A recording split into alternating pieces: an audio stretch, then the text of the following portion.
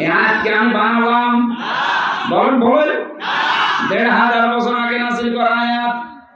সুতরাং আজকে সিদ্ধান্ত নিয়ে বাড়ি যাবে, যারা আল্লাহ রাসূলকে মানে না, ওই দল যদি আমার বাবাও কায়েম করে আমি ওই দল করি না।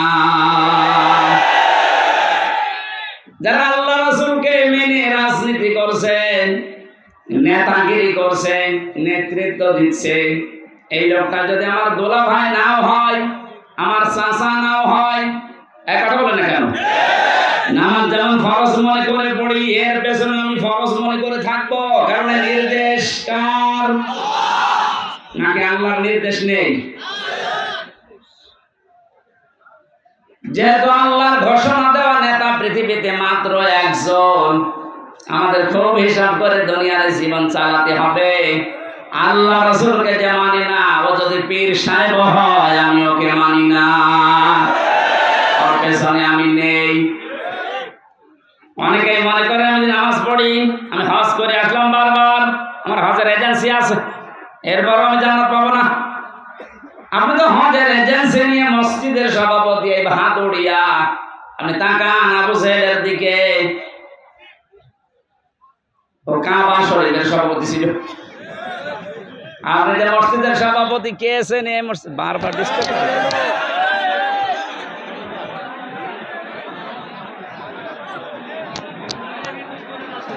এমনিতে মাইক ভালো না, এরপরেও আবার যদি এইভাবে ডিস্টার্ব করে। বুঝলাম, কিন্তু মাইকও তো ভালো না।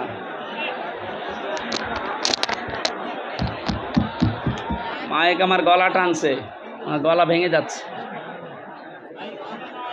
এটা ঠিক হয়নি ভাই, এত বড় আয়োজন আপনি মাইক দিয়েছেন কেন? আপনার পাওয়ার নেই। কোন জায়গায় ভাদড়িয়ার মাইক না? এরা বলেছে না এর উপরে মাইক হয় না, মাইক হয় না। পাবনা দারুল উলুম ট্রাস্টে মাইক কি ওর ফেরেশতা নিয়ে এসে দেয়? ওদের মাইক দেখেন তো আধা হাত দূরে থেকে কথা বলে শোনে, তো পাওয়ার আছে, রসনের সাথে মতো না।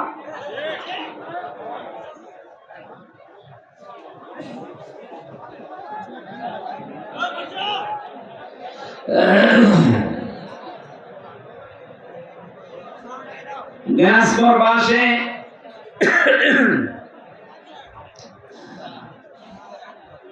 সূরা আরাফের ৮ পারার ২০ পৃষ্ঠা ৩ নম্বর লাইনে একটা আয়াত আমার বেশি বেশি করে মনে পড়ে। এটা ফাআজাইনাহু আহলাহু ইল্লা মারাতাহু কানাত মিনাল গাবিরিন। আমি যত তাফসীর বিশ্ববিদ্যালয়ে বসে বসে প্রায় ৪২টার উপরে আমি একটা একটা করে দাঁড় করিয়েছিলাম, দেখি কি প্রত্যেকটা কি সবগুলো মুফাসসির আয়াতের ব্যাপার এক কথায় লিখেছেন। হযরত লূত আলাইহিস সালামের জামার দুইজন ফেরেশতা এসে লূত নবীকে বললেন, আপনার উম্মত যারা আছে তাদেরকে নিয়ে আপনি চলে যান, কিন্তু সাবধান আপনার স্ত্রীকে নেবেন না, এখানে আমরা আল্লাহর গজব নাযিল করব। প্রশ্ন আসতে পারে, লূত নবীর স্ত্রীর চরিত্র খারাপ ছিল? না না, পৃথিবীর কোন নবীর স্ত্রীর চরিত্র খারাপ না, কারণ কোন হারাম রক্তের ভেতর আল্লাহ নবীদের রক্ত প্রবেশ করার নাই। আমরা আজ দেখতে পাই অনেকের হারাম রক্ত, এ কারণে আন্ডা বাচ্চা যা হয় ওগুলো হারাম হয়। হযরত নূহ আলাইহিস সালাম এই কারণে ৯৫০ বছর পরে তিনি দোয়া করেছিলেন, লা তাদার আলাল আরদি মিনাল কাফিরিনা দাজ্জার।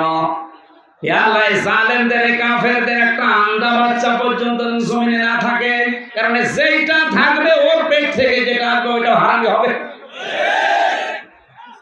এজন্য জালেম সারা তারা যেহেতু বিদায় নিয়েছে, আনাচে কানাচে এখনো যেগুলো আছে বিভিন্ন জায়গায় দায়িত্বে, আমরা এগুলোর একটাকেও দেখতে চাই না, কারণ এর পেট থেকে সামনে যাবে ওটা ডবল হারামি হবে। কয়েকদিন আগে বাংলা একাডেমির না কোন শিল্পকলা একাডেমির একজন দায়িত্ব পেয়েছে একটা নাস্তিক, সৈয়দ জামিল আহমেদ। এই লোকটা আল্লাহ কোরআনে কারিমের পর্দা একটা ফরজ বিধান বলছে 2024 সালে পর্দা মেয়েদের দরকার নেই। ওয়াজ মাহফিল, তাফসীর মাহফিলের কাউন্টার হিসেবে গান বাজনার আয়োজন করো। জীবন দিয়ে যারা আবু সাইদের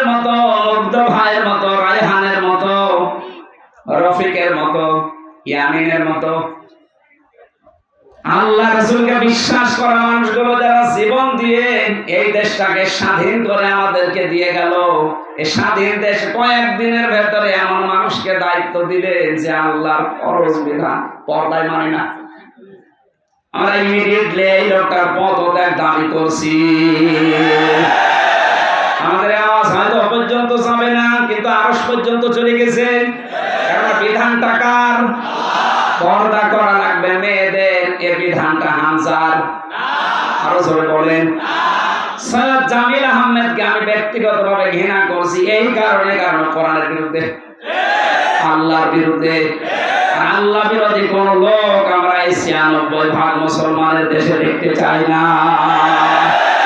এর পদত্যাগ দাবি করেন কারা কারা দেখে। লিল্লাহি তাকবীর।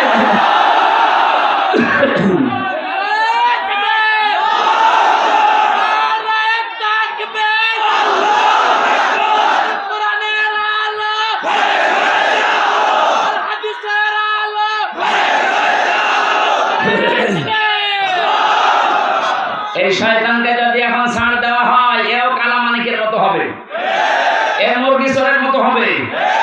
ওর সময় যদি কালামানিককে বিসি বের করে দেওয়া যেত, ও আর ১১৬ জনের তালিকা করতো না।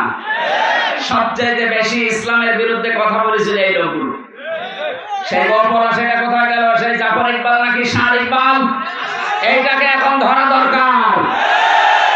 আলেমদের ফাঁসি চেয়েছিল। কথা বলেন না কেন? নির্ভাষাল শয়তান এগুলো।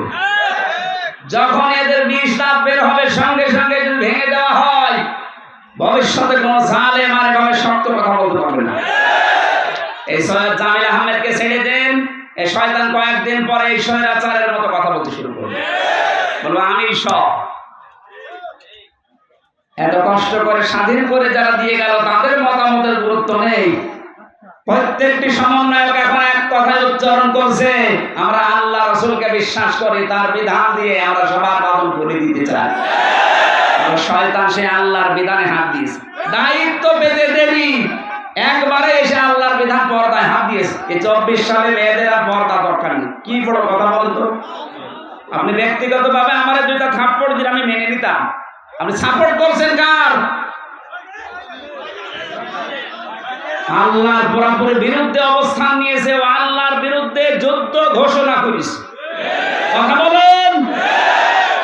আজকে তিরমিজি শরীফে একটা হাদিস পড়ছিলাম, কেউ যদি জেনে বুঝে কোন জালেমকে সহযোগিতা করে, সাহায্য করে, সমর্থন জানায়, যদি ভালোবাসে, ও সঙ্গে সঙ্গে নবীর উম্মত থেকে বের হয়ে যায়। এরপর অনেকে এখনো পর্যন্ত জালেমদের ছাপাই গান। আমরা আহ্বান জানাচ্ছি, আছে কাছে যে জালেম গুলো আছে, ডক্টর ইউনূস কালকে কতগুলো তালিকা দিয়েছে দেখেননি? ১০০ জনের প্রায় ৮০ জনের পরিবর্তন প্রায় হয়ে গেছে। বাকি ২০ জন যারা আছে, এগুলো আমরা আর চাই না, কারণ এগুলো এই গণহত্যার সাথে সবগুলো দায়ী। একা জীবনও সাহস হতো না। এই শয়তান গুলোকে নিয়ে যা করেছে, পৃথিবীর ইতিহাস পাল্টিয়ে ফেলেছে। বাইরে যাদের ঈমান নেই, যারা অন্য ধর্মের, তারা পর্যন্ত রিপোর্ট পেশ করছে যে ১২০০ কতজন গণহত্যার শিকার। এখনো পর্যন্ত অনেকে জালেমের সাফাই গিয়ে সাহস দিতে চাচ্ছে যে আপা আপনি ঘাবড়াবেন না, আপনি ঘাবড়ালে আমরা নরম হয়ে যায়। ওর শয়তান, ওরে পিটিয়ে নরম বানানো দরকার। ইয়ামের ভাইকে পুলিশের গাড়ি থেকে, ওখান থেকে, এখনো জীবিত ছিল, নড়াচড়া করছিল, ওখান থেকে ফেলে দিয়ে পা লেগেছিল গাড়ির চাকার সাথে, মানুষের কুকুরের বাচ্চা টেনে নিয়ে যাচ্ছে। এরপরও আপনার মানুষ কিচ্ছু হয়নি মনে করে। আয়না ঘরের ভেতর থেকে যারা বের হয়ে তাদের করুণ কাহিনী শোনালো, আপনি কি মনে করছেন মিথ্যা কথা? আমি নিজে তো ছিলাম, আমি দেখেছি। মাটির নিচে যে ঘর, ওখানে থাকা যায়, আজান হয় তখন আজানও শুনতে দিত না। আমি তো ৪ ওয়াক্ত নামাজ আন্দাজে পড়েছি, কিছু জানি না যে কখন আজান হয়, কখন দিন হয়।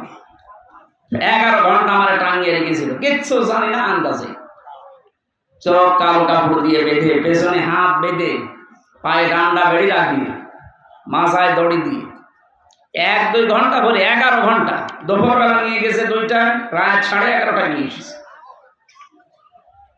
1টা-2টা দিন হলে তো এরকম হয়, রিমান্ডে যতদিন রেখেছে এরকম কষ্ট দিয়েছে। আমার আসার সময় বলেছে, বাইরে যে যদি কিছু বলেন এখানে যা দেখে গেলেন আপনারা কিন্তু ফেলে দেব, এই জন্য কিছু বলতে পারতাম না। এখন যে ফেলে দেবে সেই পরিবেশ। বিশেষ করে আমার এই কাউন্টার টেরোরিজমের আসাদুজ্জামান, এই গোপালী, এই লোকটা আমার ধরার পরে আমার বাবার কাছ থেকে বলেছে 50টা মামলা দেবো আপনার ছেলেকে। আমার বাবা বলেছে মামলা তো ওর একটাও নেই, বলছে মামলা আমরা বানাবো, কালকের ভেতরে আপনি 10 লাখ টাকা দেবেন। আমার বাবা গ্রাম্য মানুষ, জমি জায়গা যেখানে যা ছিল ধার কর্জ করে সঙ্গে সঙ্গে 8 লাখ টাকা দিয়েছে। মনে করেছিল যে রিমান্ডে মারবে না, তো শয়তানটা কি মানুষ নাকি? টাকাও নিয়েছে, মাছ ধরে করেছে, মামলাও দিয়েছে। কত বড় বেঈমান বলেন তো।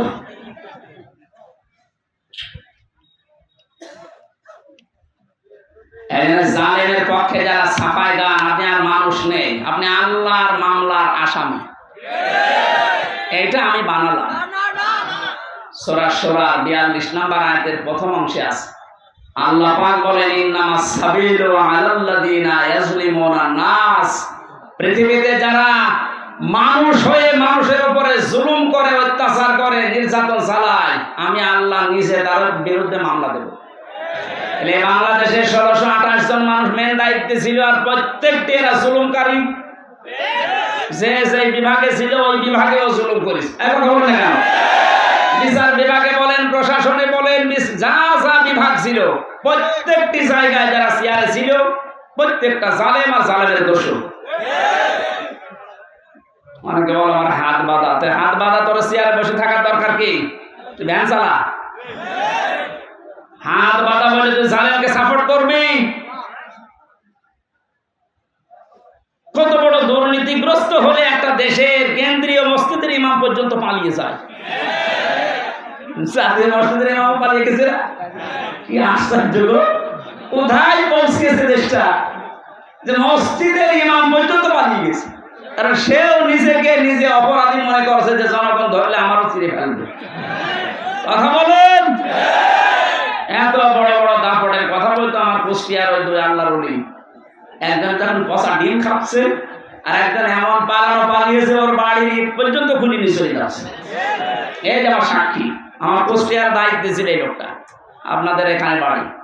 আসার সময় বলছিল যে ওখানকার যে কয়েকজনের নাম বললো, একটাও তো ও মানুষের কাতারে পড়ে না। আমি নামগুলো নাই বললাম, এই মানুষগুলোর জন্য দায়িত্ব পালন করতে পারেন। এত নিকৃষ্ট চরিত্র এদের। নিজে নিজে ভালো আমল করছে, নিজে ভালো থাকছে, এইরকম যারা মনে করছেন, আমি তাদেরকে এই সূরা আরাফের 83 নম্বর আয়াতটা শোনালাম।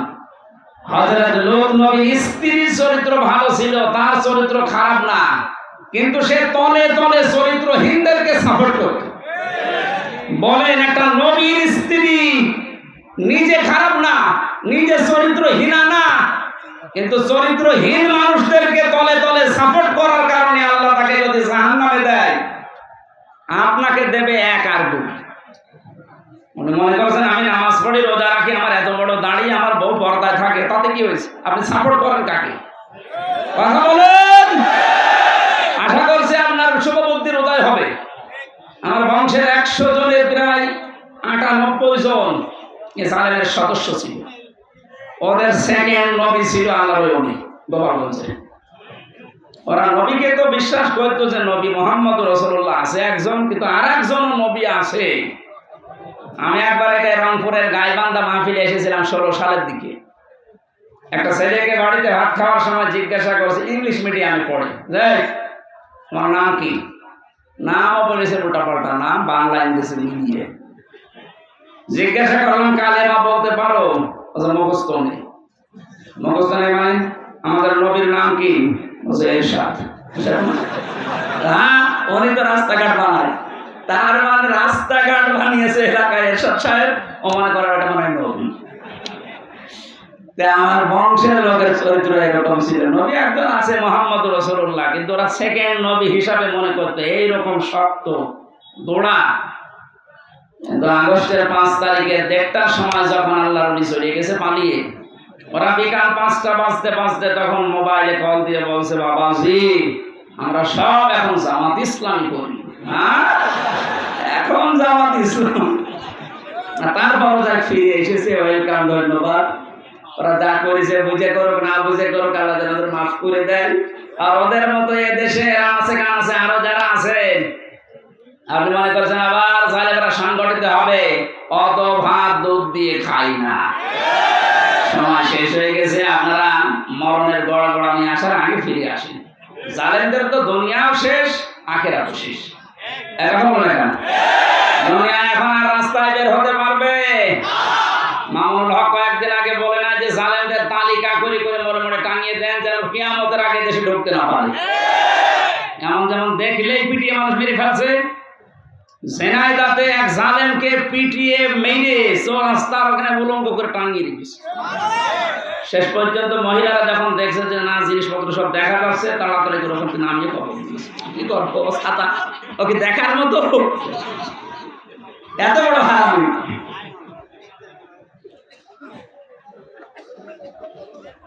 দুনিয়া শেষ আপনাদের, জালেমদের কোন দুনিয়ার জীবন নেই আর। কারণ এখন আর ওই সময় নেই। ওয়ালা ইয়াজিদুজ জালিমিনা ইল্লা খাসারা। দিন যত যাবে জালেমদের শুধু ক্ষতি বৃদ্ধি হতে থাকবে। এ ঘোষণা কার? বলেন। কিন্তু যারা জালেম হয়ে মারা যাচ্ছেন তাদের অবস্থা আরো খারাপ হবে। তারা মামলার আসামি হামজা।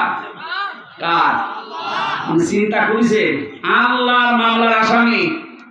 বাদী যত শক্ত হয় মামলা তত কঠিন হয়। আমার মামলার বাদী যেহেতু রাষ্ট্র ছিল, এই জন্য মামলার জামিন হতো না। অথচ এই মামলায় অনেকে 1.5 মাস 2 মাস পরে বের হয়ে চলে গেছে। আমার 3 বছরও জামিন নেই। তার মানে আমার মামলার বাদী কলিমদ্দি না, একেবারে সে যাই হোক। তো কিয়ামতের দিন যিনি নিজে বিচার করবেন, নিজে রায় দেবেন, নিজে বাদী, বলেন তো আপনার মাপ পাওয়ার কোনো সম্ভাবনা আছে? আমার মতো খালাস পাবেন? আপনি আল্লাহর মামলার আসামি লিখে নিয়ে যান, আপনি জাহান্নামী।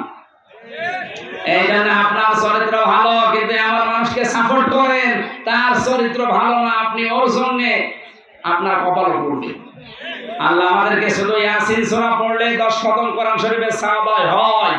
এর ভেতরে 83টা শিক্ষা আছে। এগুলো আমাদের প্র্যাকটিক্যাল লাইফে থাকা লাগবে। কথা বলেন ঠিক কি না?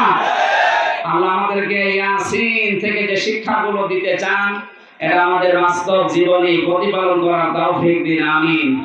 সূরা আলে ইমরানের 102 নাম্বার একটা মাত্র আয়াত পড়েছি। আমার আজকের আলোচনার বিষয় তিনটা ভাগ আছে। এর ভেতরে আমরা দেখি কোরআন কারীম থেকে পয়েন্ট আকারে কথা বলার চেষ্টা করছি। কষ্ট হয়ে যাচ্ছে? কষ্ট তো হচ্ছে আমার, মাইকের জন্য গলা ব্যথা করছে আর ভেতরে ঘেমে যাচ্ছে। জবান করে শয়তান যদি আশপাশে থাকে যেন পালায়। বলেন আউযু বিল্লাহি মিনাশ শাইতানির রাজিম। বিসমিল্লাহির রহমানির রহিম।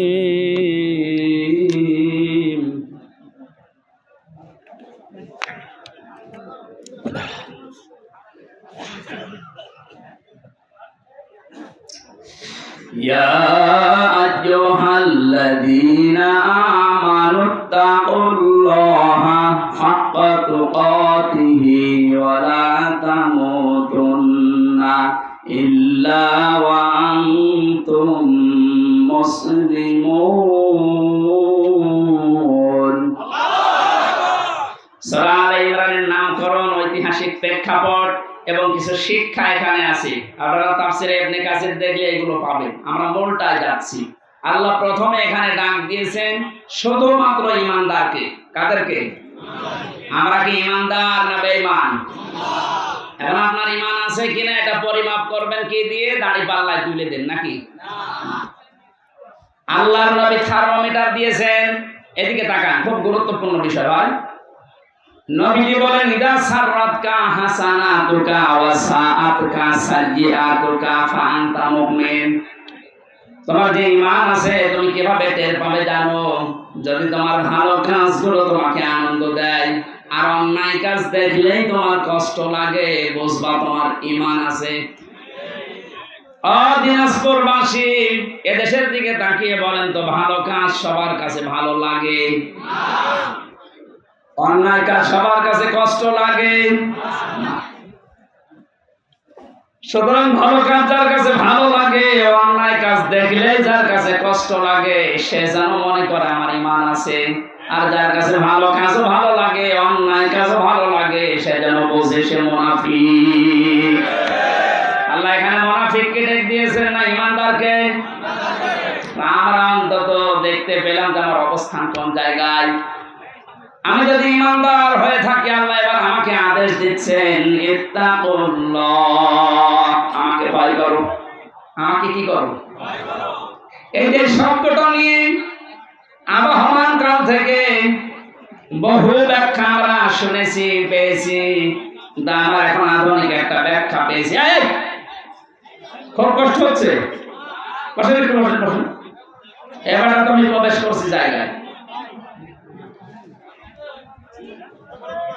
আল্লাহকে ভয় করে শব্দটা পড়া কোরআনে যতবার আমি পেয়েছি, আধুনিক ভাগে ব্যাখ্যা করার চেষ্টা, যখন তাফসীর খুলে খুলে দেখলাম যে না, এটা মিলছে না। এটা কিছুদিন আগে একটা তাফসীর বের হয়েছে, এই জায়গায় তাকওয়া শব্দের ব্যাখ্যা লিখতে গিয়ে মুফাসসির লিখেছেন, তাকওয়া মানে যে যে বিষয়ে কাজ করবে ওই বিষয়ের শিক্ষা, ভিক্ষা, প্রশিক্ষণ, এরপরে ওই কাজটা সুচারুরূপে যদি আঞ্জাম দিতে পারে, এর আরবিতে নাম তাকওয়া। ইনি একটা ইঞ্জিনিয়ার, উনি যে সমস্ত কাজগুলো করে বিএডিসিতে, ওই কাজগুলো সম্পর্কে ওনার আগে শিক্ষা লাগবে, প্রশিক্ষণ লাগবে, এবং বিনা বাধায় ওই কাজটা সুচারুরূপে যখন আঞ্জাম দিতে পারবে, ওইটার নাম আরবিতে তাকওয়া। আল্লাহ এইটা অর্জন করার জন্য আমাদেরকে বলেছিলেন। পৃথিবীর বিভিন্ন দেশে আমি ঘুরে দেখেছি, তাকওয়াটা তারা এখান থেকে নিয়েছে। ওদের ছেলেমেয়েরা যে যে বিষয়ে একটু পারদর্শী, ওকে ওই বিষয়ের শিক্ষা আরো বেশি করে দেয়, প্রশিক্ষণ দেয়, ওই কাজটা ওরে সুচারুরূপে আঞ্জাম দেওয়ার জন্য ব্যবস্থা করে দেয়। এই জন্য ওদের দেশটা দাঁড়িয়ে যায়। আর আমাদের তাকওয়া কি? যে বিষয়ে যাকে দেওয়া হয়েছে ওই বিষয়ের শিক্ষা ওর নেই, প্রশিক্ষণ নেই, হাত বাঁধার কারণে কাজও করতে পারে না, এ দেশটা উপরে যাওয়ার তুলনায় নিচে নেমে যায়। কথা বুঝতেছেন? সুতরাং তাকওয়া অর্জন করার জন্য শিক্ষা দরকার, প্রশিক্ষণ দরকার, এবং বিনা বাধায় সুচারুরূপে কাজটা আঞ্জাম দেওয়ার পরিবেশ দরকার। আমি যতটুকু বুঝলাম, দেখলাম, আপনি আবার অন্য মাইন্ডে নেবেন না, একেবারে নিরপেক্ষ দৃষ্টিতে কোরআন আমি হাতে নিয়ে বলছি। বাংলাদেশ জামাত ইসলামী আর ইসলামী ছাত্র শিবির এই কাজটাই করার জন্য চেষ্টা চালাচ্ছে। আপনি খোঁজ নিয়ে দেখেন, এদের যে যে বিভাগে লোক আছে আপনি দেখেন, ওই বিষয়ের শিক্ষা তার পরিপূর্ণ এবং প্রশিক্ষণ পরিপূর্ণ, এবং ওদের সম্পেদারি আছে, ওদের মাসে মাসে মিটিং আছে, 15 দিনে মিটিং আছে, সপ্তাহে মিটিং আছে, এগুলো শিখায়। আপনি যে বিষয়ে যাবেন, হাদিসের ব্যবস্থায় যাবেন যান, শিক্ষা ব্যবস্থায় যাবেন যান, চিকিৎসা বিভাগে যাবেন যান, প্রত্যেকটা দিক আর বিভাগে আমরা দেখতে পেয়েছি এরা আগে শিক্ষা দেয়, প্রশিক্ষণ দেয়, এরপরে বিনা বাধায় কাজ করার জন্য যে সমস্ত সিঁড়ি দরকার, কাঁটাযুক্ত পথ হোক, তারপর পানি দেওয়ার জন্য প্রশিক্ষণ দেয়। এই জন্যই তো এই মানুষগুলো দাঁড়িয়ে যাচ্ছে।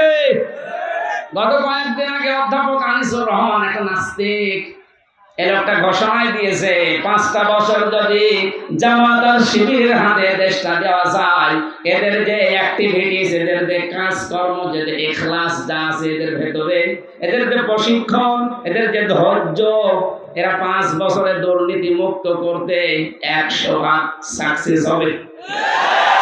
আমার নিজের কথা, একটা নাস্তিকের কথা। আমি যখন বিশ্ববিদ্যালয়ে ছিলাম, একটা নাস্তিক এই লোকটা আল্লাহ বিশ্বাস করে না। আমি যেহেতু নামাজ পড়াতাম জমার দিন, আমার কাছে এসে বলছে, হুজুর আমার মেয়ে পড়ে মাস্টার্সে, প্রাইভেট পড়াবো, একটা শিবিরের ছেলে দেন তো। আপনি একটা নাস্তিক, আল্লাহ মানেন না, রাসূল মানেন না, অথচ আজকে নামাজে এসেছেন সপ্তাহে একদিন লোক দেখানোর জন্য। আর আপনার মেয়ে পড়াবেন, সে তো বেপরদা মেয়ে, তারে পড়াতে আপনি যাচ্ছেন শিবিরে। ছেলে কেন, কত সোনার ছেলে আছে দেখতে পান না? একটা নাস্তিক আমার বলছে, হুজুর দেখেন, সোনার ছেলেদের সম্পর্কে আমি জানি। আমার মেয়েকে যদি তাদের কাছে পড়তে দেয়, ওরা মেয়ে সব খেয়ে ফেলবে। কিন্তু শিবিরের ছেলের কাছে দিতে চাচ্ছি এই কারণে, অন্তত এদের কাছে দিলে আমার এই বিশ্বাস আছে যে আমার মেয়েটা নিয়ে এরা পালাবে না।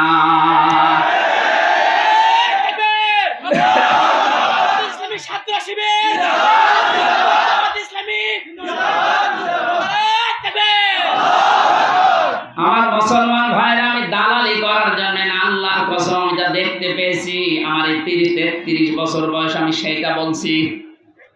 আমরা তাকওয়াই বুঝি না, তাকওয়া যারা বোঝে তাদের ধারে কাছে আমরা যাই না। তাকওয়া কত রকমের হয়, আমি 9 প্রকার পেয়েছি তাফসীরে। কোন মানুষ যদি তাকওয়া অবলম্বন করে, আল্লাহ 27টা উপকার করে দুনিয়া আর আখিরাত মিলে। সুবহানাল্লাহ বলতে পারবেন? এটা তাফসীরে ফি জিলালিল কোরআনে এই তাকওয়ার ব্যাখ্যায় সরাসরি একটা একটা করে পয়েন্ট আকারে আছে। যদি পারেন যারা জ্ঞান অন্বেষণ করার জন্য একটু চেষ্টা চালান, তারা দেখে নেবেন সূরা আল ইমরানের 102 নম্বর আয়াতের তাকওয়া শব্দের ব্যাখ্যাটা। হাক্কা তুকাতিহি, যেভাবে আমাকে ভয় করা দরকার ওইভাবে তোমাদের ভয় করা লাগবে। বাস্তবে আমরা দেখেছি বহু মানুষ আল্লাহকে ভয় করার মতো ভয় করার কারণে দুনিয়া আখিরাত সব পরিপূর্ণ পেয়ে গেছে। এই আব্দুল কাদের জেলানির নাম শুনি, তার বাবার জীবনে দেখেছি ফল ভেসে আসছিল পানি দিয়ে। যদিও ভেসে যাওয়া জিনিস খাওয়া যায় যাচ্ছে, কারণ তার কোনো মালিক নেই। ক্ষুধার্ত অবস্থায় ফলটা খাওয়ার পরে তার মনে হয়েছে, আমি কার জিনিস খেলাম, আমি তো না বলে খেয়েছি। এত বড় ক্ষুধার্ত মানুষ প্রায় সারাদিন সারা রাতে হেঁটে হেঁটে বাগানের মালিকের কাছে মাপ চাইতে গেছে। এর নাম হাক্কা তুকাতিহি। আমরা যদি ভয়কে ভয় করার মতো আল্লাহকে করতে পারি, মহান আল্লাহ আব্দুল কাদের জিলানীর বাবার মতো দুনিয়া আখিরাত আমাদের দিয়ে দেবে। ওয়ালা তামুতুন্না, মরো না, ইল্লা ওয়া আনতুম মুসলিমুন, যতক্ষণ পর্যন্ত মুসলমান হতে না পারো।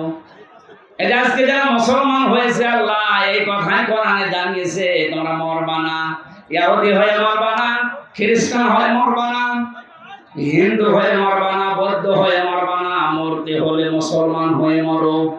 মুসলিম শব্দটা এসেছে ইসলাম থেকে, সিলমন বা সালমন থেকে। এর শাব্দিক অর্থ শান্তি, আর রাহাতুন মানে সুখ। আল্লাহ পাক বলেন, কেউ যদি দুনিয়াতে ইসলাম মানতে চায়, আমি ইসলাম পাঠিয়েছি দুনিয়ায় 2 প্রকারের। ইসলাম কয় প্রকার? হ্যাঁ, ইসলাম কয় প্রকার? না না না, বোঝার পরে বলবেন। ইসলাম কয় প্রকার? একটা আছে প্রাকৃতিক ইসলাম, আর একটা শারঈ ইসলাম। প্রাকৃতিক যে ইসলামটা, এটা আমার আল্লাহ যেদিন বানিয়েছে ওই দিন থেকে কিয়ামত পর্যন্ত একইভাবে চলবে। এই যে সূর্য যেখানে ওঠে যেখানে ডোবে, এটা আল্লাহ বানিয়েছেন। এটা আম গাছে কোনোদিন আম ছাড়া পেঁপে ধরে না, এটা কিয়ামত পর্যন্ত এইভাবে থাকবে। প্রাকৃতিক ইসলাম তৈরি করে দেওয়ার দায়িত্ব কার?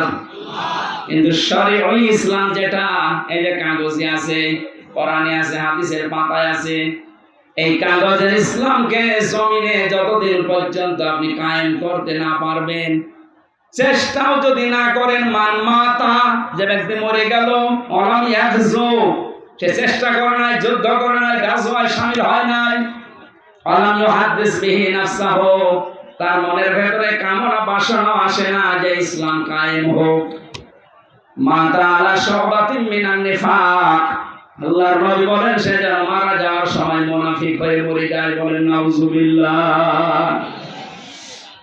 প্রাকৃতিক ইসলাম যেহেতু আল্লাহ নিজে কায়েম করে দিয়েছেন, কাগজ ইসলাম তো আল্লাহ কায়েম করে দেয়নি, দিচ্ছে না, দেবেও না। এটা কায়েম করার দায়িত্ব ফেরেশতাদের। কাদের? আপনি এইটা না করে মরে গেলে মুসলমান হয়ে মরতে পারবেন না, মুনাফিক হয়ে মরবেন। এরপরে এখন রাজনীতি মনে হয়, এই যে যতদিন পর্যন্ত জমিনে কায়েম না হবে ততদিন আমাদের বিশ্রাম নেই। আরো জোরে, যেভাবে হোক এটা আমাদের কায়েম করাই লাগবে। কায়েম যদি হয়ে যায়, ফাহাল্লা হালালাহু ওয়া হারামা হারামাহু, এর হালালকে হালাল মানতে পারবো, হারামকে হারাম জেনে ছেড়ে দিতে পারবো। আদখালাহুল্লাহুল জান্নাহ, আল্লাহর নবী বলেন তুমি যেন মনে করো আল্লাহ তোমার জান্নাতে দিয়ে দিয়েছে। সুতরাং কোরআন কায়েম হলে এটা মিনি জান্নাত হয়ে যাবে। ওই পরিবেশটা আল্লাহ আমাদের চর্ম চোখে দেখার তৌফিক দেন, বলেন আমিন। পারিবারিক জীবন সম্পর্কে যে সমস্ত লেখাগুলো আমার ছিল এগুলো কারাগার থেকে বই আকারে বের করেছি। মেয়েদের জীবনের উপরে ওদের উপরে কথা বলা দরকার ছিল, ওখান থেকে নিয়ে যাবেন, ওটা কাজে লাগবে। ওই যে ডানে গাড়ি আছে, মাজলুম এক সাইদের কথা বলছি, এটা পাওয়া যাচ্ছে পিরোজপুর আদালত থেকে, জন্ম আদালত থেকে এটা ছাপানো হয়েছে। দেশবাসীর প্রতি আল্লামা সাইদের খোলা চিঠি ছিল, ওনার নাতির উপরে একটা চিঠি ছিল আর দেশবাসীর উপরে। এই বইগুলো কারা নিয়ে এসেছে এখান থেকে নিয়ে যাবেন। লা ইলাহা ইল্লা আনতা সুবহানাকা ইন্নী কুনতু মিনাজ জালিমিন। আল্লাহ পছন্দ এই গরমের ভেতরে এত কষ্ট করে তোমার বান্দা বান্দিরা বসে আছে, আজকে